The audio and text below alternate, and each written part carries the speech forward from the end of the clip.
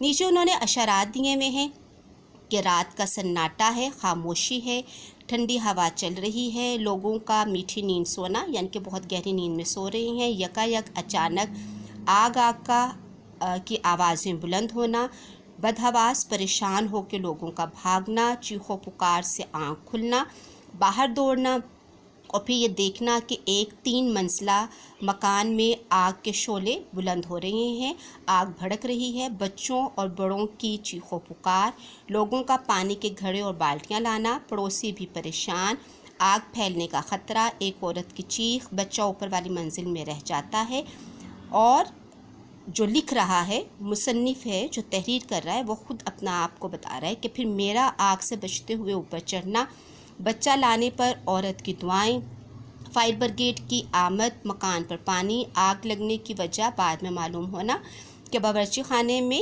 لاپرواہی سے یہ آگ لگی، لاکھوں کا سامان جل کر خاک ہو گیا، لیکن خدا کا شکر کہ انسانی جانیں بچ گئی۔ اب انہوں نے آپ کو اشارات دیے ہوئے ہیں، انہیں آپ نے تفصیل سے ایک تسلسل کے ساتھ، اور آپ نے اپنے اگلا جو صفحہ ہے، صفحہ نمبر 15، وہاں پہ آپ نے اس کو تحریر کرنا ہے، نہایت خوبصورتی کے ساتھ، عمدگی کے ساتھ اور خوش خط آپ نے یہ لکھنا ہے، اور تمام جو اشارات ہیں انہیں بیٹا آپ نے استعمال کرنا ہے تاکہ آپ کے مضمون کی تمہید بھی واضح ہو جائے، تسلسل بھی رہے، اور آپ کو یہ تمام اشارات استعمال کرنے کا طریقہ بھی آ جائے۔ اگلا جو صفحہ ہے وہ ہے صفحہ نمبر 16، جو آپ کا ہوم ورک ہے، یعنی کہ ایک ناقابل فراموش واقعہ بھی آپ کا ہوم ورک ہے، اور یہ درست الفاظ کا استعمال بھی آپ کا ہوم ورک ہے۔ پھر وہی روزمرہ کے درست الفاظ جو ہم اپنی روزمرہ گفتگو میں استعمال کرتے ہیں، جیسے پیچھے آپ 2 صفحات پہ کر چکے ہیں، اب یہاں پہ بھی انہوں نے بریکٹ میں 2 لفظ دیے ہوئے ہیں۔ پہلا جو لفظ ہے ذرہ، اس کا مطلب ہوتا ہے دانہ، اور ذرا بالکل تھوڑا سا، مصیبت پریشانی ہوتی ہے، اور لعنت ایک بری چیز ہوتی ہے جس کو ہم برا بلا کہتے ہیں۔ اب آپ نے پہلی ڈیش میں خود فل کرنا ہے کہ ٹھہریے میں بھی آپ کے ساتھ چلتا ہوں۔ میں نے آپ کو بتا دیا کہ ذرہ دانہ اور ذرا تھوڑی دیر، پھر مصیبت پریشانی، لعنت کسی بات کو، کسی چیز کو، کسی کام کو برا کہنا۔ خدا نے ہمیں ناک، کان اور آنکھیں، اب یہاں پہ آپ نے خود دیکھ لینا ہے کہ دی ہے یا دیے ہیں۔ انسان کو ہر مشکل میں مضبوط یا ثابت قدم، کس طرح جو بھی آپ استعمال کر دیکھیں گے، بول کے جو بھی مناسب لگے گا وہ آپ یہاں پہ تحریر کریں گے۔ خدا سب کا نگہبان، نگہبان حفاظت کرنے والا، اور مہربان رحم کرنے والا، کرم کرنے والا۔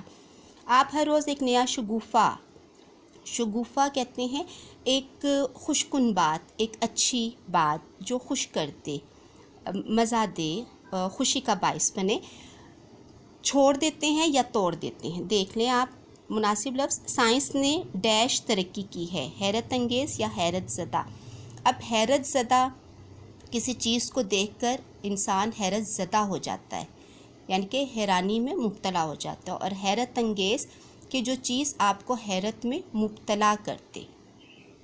جھوٹ بولنا بڑی ڈیش حرکت ہے، رذیل اور ذلیل، مطلب دونوں کے ایک ہی ہیں، لیکن ہم ذلیل بھی برے کو کہتے ہیں اور رذیل بھی برے کو ہی کہتے ہیں، لیکن ہم دونوں مختلف جگہ پر الفاظ کو استعمال کرتے ہیں۔ ہمیں اپنا کام دل ڈیش کر کرنا چاہیے، جما کر یا لگا کر۔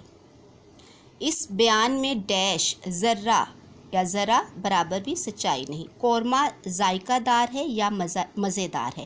اب ذائقہ دار جو ہوتی ہے چیز جس میں ٹیسٹ آئے، ذائقہ محسوس ہو کہ اچھا بنا ہوا ہے، کھانے کی چیزوں میں ہمیں ذائقہ ملتا ہے، ہم کہتے ہیں اچھا ذائقہ نہیں ہے، اچھا ذائقہ ہے۔ اور مزیدار ہوتے کہ جو ہمیں کام مزہ دے، جو کام کرنے میں جس کام سے ہم لطف اندوز ہوں۔ اکثر بچے ڈیش ہوتے ہیں، نادان اور بے وقوف۔ نادان بھی بے وقوف ہی ہوتے ہیں، اور بے وقوف کا مطلب بھی نادان بے وقوف، اور ناسمجھ کو بھی کہتے ہیں، اور بے وقوف بھی ناسمجھ کو کہتے ہیں۔ آج سے یہ ڈیش کرو، جھوٹ نہیں بولو گے۔ وعدہ اور عہد، وعدہ یہ بھی پرومس ہے اور عہد یہ بھی پرومس ہے، لیکن یہاں پہ اب آپ نے دیکھنا ہے کہ کیا لفظ یہاں پر آئے گا۔ ڈیش دینے والا خدا ہے، کمائی یا روزی، انسان محنت کر کے کماتا ہے اور روزی اور رزق دینے والی ذات اللہ تعالیٰ کی ہے۔ میری ڈیش بیمار ہیں، ماں یا والدہ۔ تمہیں بار بار ڈیش کرنے کی ضرورت ہے، مشق، مہارت اور کام۔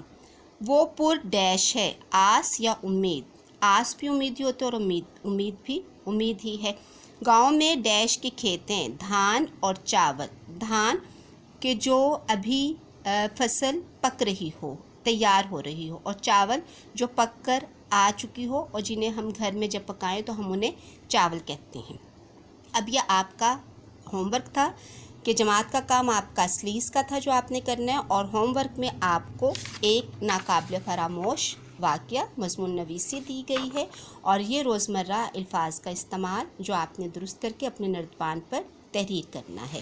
اور اس کے ساتھ ساتھ بچوں آپ نے اپنا سبق جو نظم و ضبط ہے اس کو اچھی طریقے سے تحریر دیکھنا ہے، مشکل الفاظ کو دیکھنے ہیں، کیونکہ وہ ہم مشکل الفاظ آپ کو نیکسٹ ویک ہم املا کے لیے آپ کو دیں گے، تو ہم صرف الفاظ جو سے ہیں وہ بلیک بورڈ پہ لکھ دیں گے، اور آپ کے گھر میں کوئی بڑا ہوگا یا آپ کہیں پڑھنے جاتے ہوں گے تو وہ آپ کو وہ الفاظ وہ پیراگراف بولیں گے، اور آپ نے وہ پھر تحریر کرنے ہیں زبانی، اور وہ پھر ہمیں آپ نے کام سینڈ کرنا ہے، بھیجنا ہے، اور ہم نے چیک کر کے اور اس املا کے آپ کو نمبر بھی دینے ہیں۔